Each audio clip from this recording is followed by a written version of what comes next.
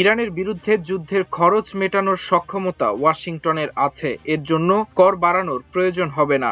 যুক্তরাষ্ট্রের অর্থমন্ত্রী Scott Bessent এ কথা জানিয়েছেন। এনবিসি নিউজের মিট দ্য প্রেস অনুষ্ঠানে বেসেন্ট বলেন, এই যুদ্ধের অর্থায়নের জন্য আমাদের কাছে বিপুল পরিমাণ অর্থ রয়েছে।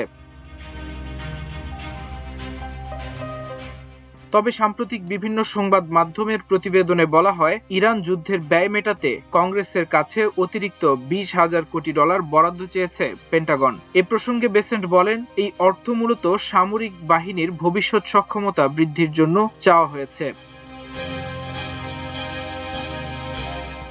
বেসেন্ট আরও বলেন, প্রেসিডেন্ট ট্রাম্প তার প্রথম মেয়াদের মতো দ্বিতীয় মেয়াদেও সামরিক বাহিনীকে শক্তিশালী করছেন। তিনি নিশ্চিত করতে চান যেন সেনাবাহিনী ভবিষ্যতে সুসজ্জিত থাকে, কিন্তু পেন্টাগন আদৌ 20,000 কোটি ডলার চেয়েছে কিনা তা নিশ্চিত করেনি বেসেন্ট।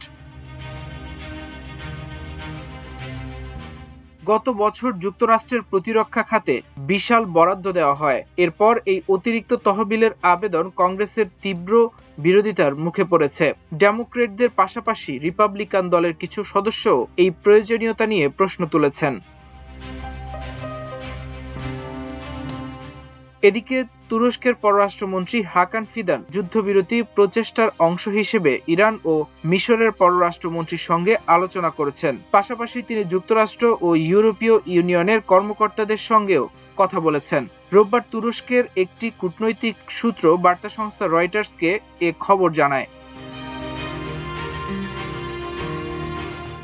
সূত্রটি জানায়, ফিদান ইরানের পররাষ্ট্রমন্ত্রী আব্বাস আরাকচি, মিশরের পররাষ্ট্রমন্ত্রী আবদেলাতি, ইইউর পররাষ্ট্রনীতি বিষয়ক প্রধান কাজা কালাস এবং যুক্তরাষ্ট্রের কর্মকর্তাদের সঙ্গে আলাদাভাবে টেলিফোনে কথা বলেছেন, কিন্তু তাদের মধ্যে কি আলোচনা হয়েছে তা জানানো হয়নি।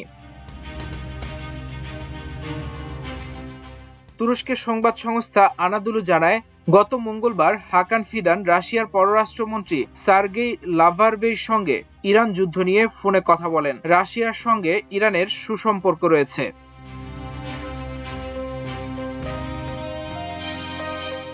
মাল্টিমিডিয়া ডেস্ক, আমার দেশ।